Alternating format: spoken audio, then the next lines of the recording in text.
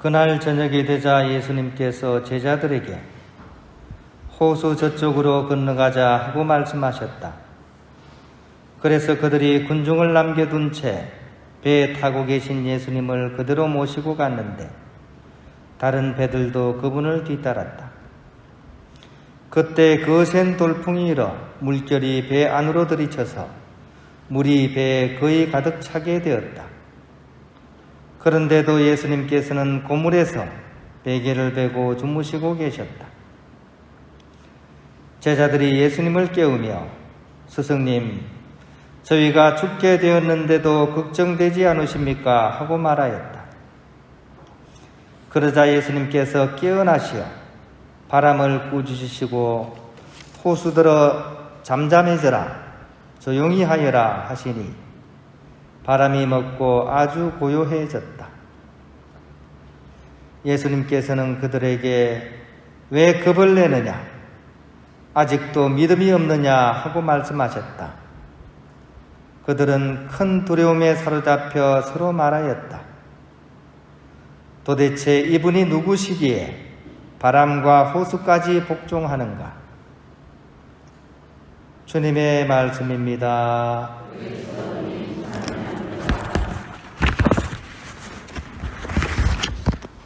평화를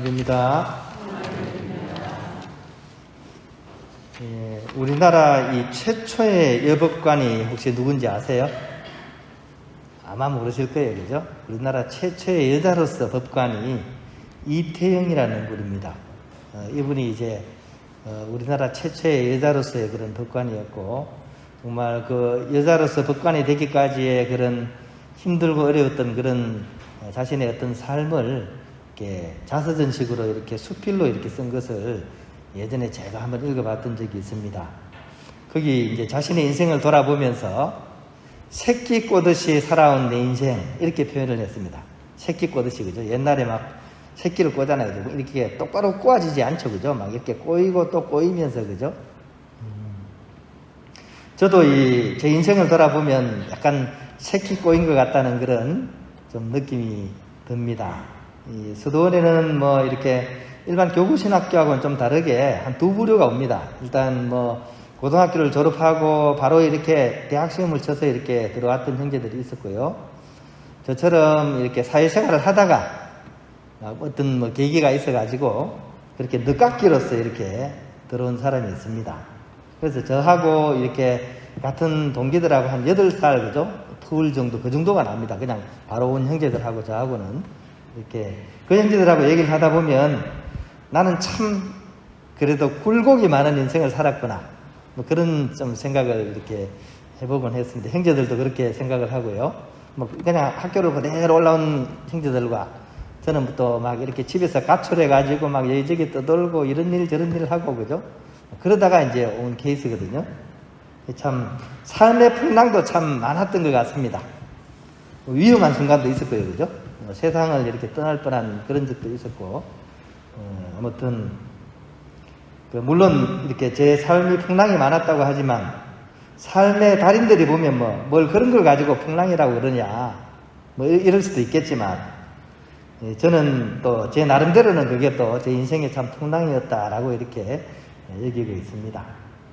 오늘 복음은 바로 그 풍랑이 이렇게 소재인 그런 이야기입니다. 갈릴레아 호수에서, 그죠? 이렇게 그 풍랑이 막 일어나고 예수님과 제자들이 겪는 이렇게 신앙 체험, 이것을 이렇게 이야기체로서 이렇게 전해주고 있습니다. 갈릴레아는 마른 호수인데 사실은 워낙에 넓어가지고 바다라고까지 불리던 그런 호수입니다. 길이가 21km, 넓이가 12km니까, 그죠? 그 호수치고는 이렇게 큰 호수가 그죠? 있겠나 싶을 정도로 그렇습니다. 여기서 이제 예기치 않은 그런 풍랑이 예수님과 제자들이 타고 있는 배에 들이닥친 겁니다. 돌풍에다가 심한 파도까지 막 쳤던 것이죠. 이럴 때 어떻게 대처를 해야 되는가? 여러분 같으면 이 배 위에 이렇게 탔을 때 그렇게 풍랑이 몰아칠 때 어떤 생각이 드실까요? 여차하면, 그죠? 남보다 빨리 붙잡을 널빤지가 없나 막 찾아볼 수도 있겠죠, 그죠? 어쨌거나 간에 이런 위험한 상황에서 막 쫄거나 당황하면 사실은 더 위험하죠.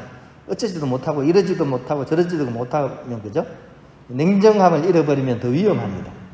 즉 평상심을 위험한 순간에는 이렇게 가질 수 있어야 됩니다. 오늘 같은 이런 상황에서 그러면 제자들은 어떻게 하면 평상심을 가질 수 있겠습니까? 첫 번째는, 그죠? 호수를 알아야 되겠죠, 그죠? 아마도 이렇게 제자들이 여기서 고기잡이 하던 분들이니까 호수를 나름 좀 잘 알고 있었을 거예요. 일단은 호수를 좀 잘 알아야 됩니다, 그죠? 막 바다같이 넓긴 하지만 그래도 바다는 아니죠. 호수입니다. 두 번째는 그 배를 운행하는 선장님을 믿어야 되겠죠, 그죠?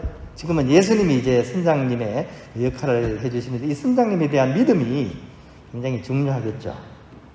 그리고 세 번째는 풍랑이 오고 바람이 막 불어도 이 돛을 잘 세워가지고 바람을 잘 이용하면 이런 위험한 순간을 이렇게 빠르게 이렇게 피할 수가 있습니다. 그래서 정신을 딱 차리고 호수를 알고 선장님을 믿고 또 부는 바람을 잘 이용하면 이런 어려움을 이렇게 극복할 수 있는 그런 여지가 있겠죠.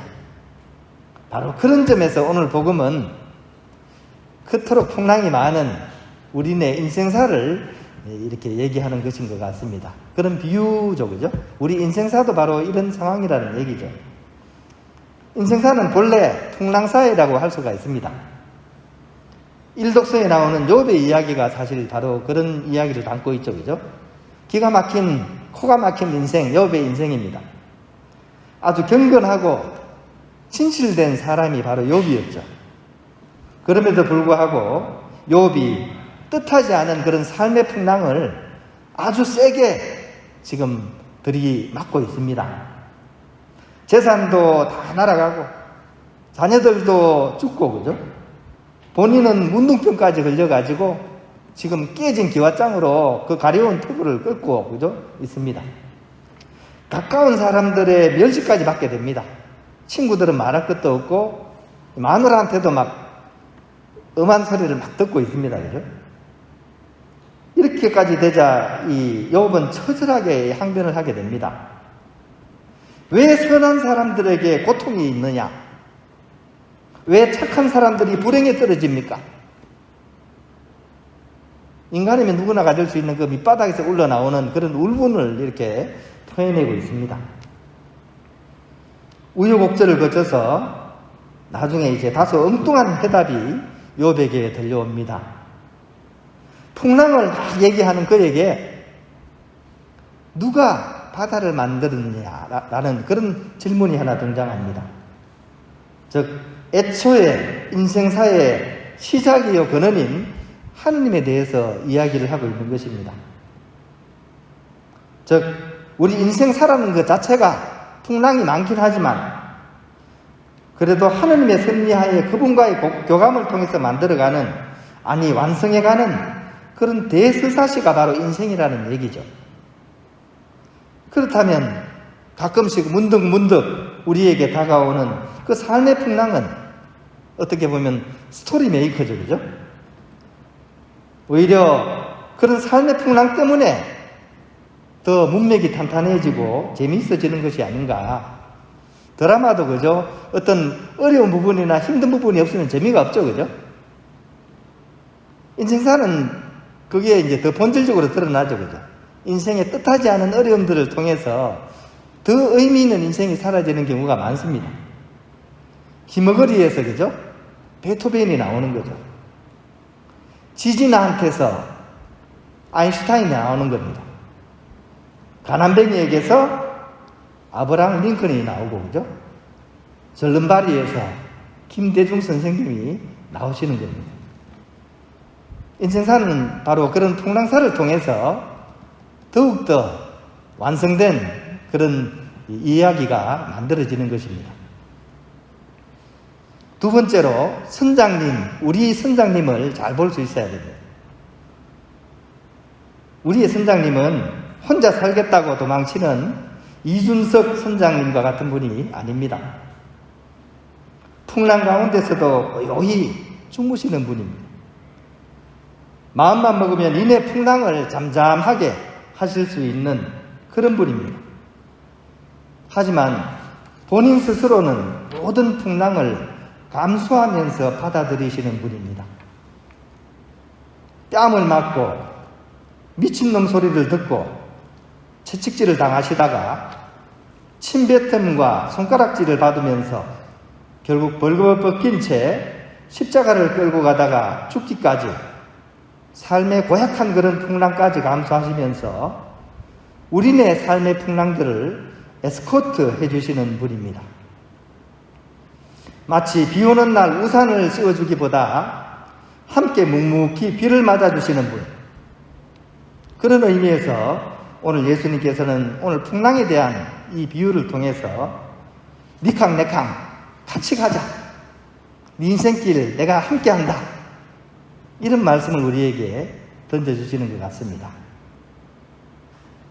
세 번째로 이 초대의 손에 손을 잡고 우리는 풍랑 위에서 파도 타기를 할 수 있으면 더 좋겠다는 생각이 듭니다.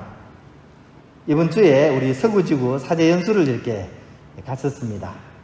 우리 이렇게 강원도 쪽으로 이렇게 갔었고요. 그 코스 중에 주문진을 들러서 거기 인구공소라는 곳을 이렇게 갔었는데, 거기 요즘 이 코로나 시기에도 많은 사람들이 와가지고 파도가 막 치는데 파도 타기를 하더라고요. 그죠? 저는 한 번도 타본 적이 없지만, 야, 저거 참 재밌는 스포츠다, 이런 생각이 들더라고요.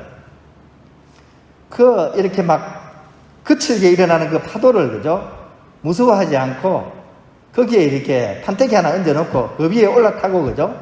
그 파도를 타고 막 오는 그 장면이 참 멋있어 보이고, 인생이란 것은 바로 저런 것이지 않은가.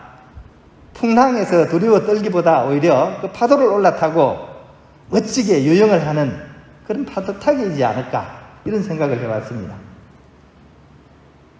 본래 햇볕만 나면 사막이 된다 그랬죠, 그죠? 햇볕만 쫙 비치면 결국 사막이 됩니다. 집회서에 보면 황금은 불 속이라는 풍랑 속에서 단련을 받게 되고, 사람은 굴욕의 화덕에서 단련되어진다, 이런 내용이 나옵니다. 바로 그렇기 때문에 고린도 2서에 보면 초대 교우들이 바로 주님의 손을 부여잡고서 이런 기도를 이렇게 바칩니다. 환난과 시련을 당하면서도 우리는 기쁨에 넘쳤고, 가난에 시달리면서도 더 많은 기사를 할 수 있었다라고 본인들의 삶을 이렇게 고백하고 있습니다. 초대교회 때 얼마나 힘들었겠습니까? 모든 어려움과, 그죠? 생명의 위협까지 겪으면서도 이 초대 교우들은 기쁨에 젖어서 주님의 손을 잡고서 이런 삶의 어떤 고백을 하고 있는 것이죠. 이런 과정을 거쳐 마침내 우리는 욥이 했던 그 고백을 우리 선장님께 할 수 있는 그런 이 삶의 여정으로 우리가 나아갈 수 있었으면 좋겠습니다.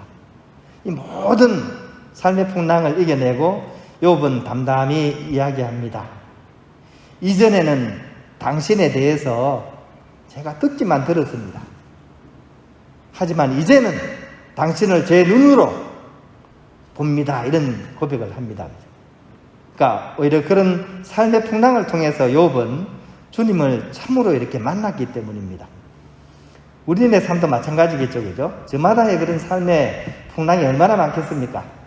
하지만 우리 또한 그냥 귀로서만 들었던 하느님이 아니라 내 삶의 풍랑 속에 함께하고 계신 그분을 우리 두 눈을 뜨고서, 그죠? 체험할 수 있는 그런 신앙의 도약으로서 우리가 나아갈 수 있다면 얼마나 좋겠습니까? 오늘 복음 말씀은 우리로 하여금 그런 삶의 도약을 향해서 나아갈 수 있도록 우리를 이렇게 이끌고 용기를 주는 그런 복음 말씀이라고 할 수 있겠습니다.